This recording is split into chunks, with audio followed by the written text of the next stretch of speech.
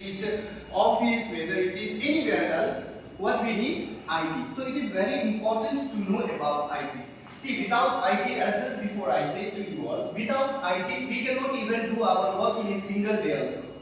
You cannot go a little step also forwards.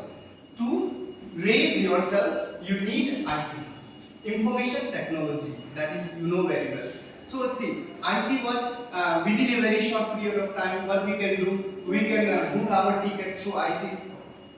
Through IT, what we can do even through IT, you can do all type of clerical work there in computer.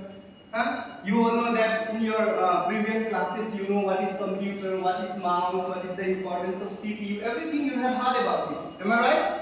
Yeah. So here also what IT is very now see nowadays most of you do what online shopping. That also a part of IT, isn't it?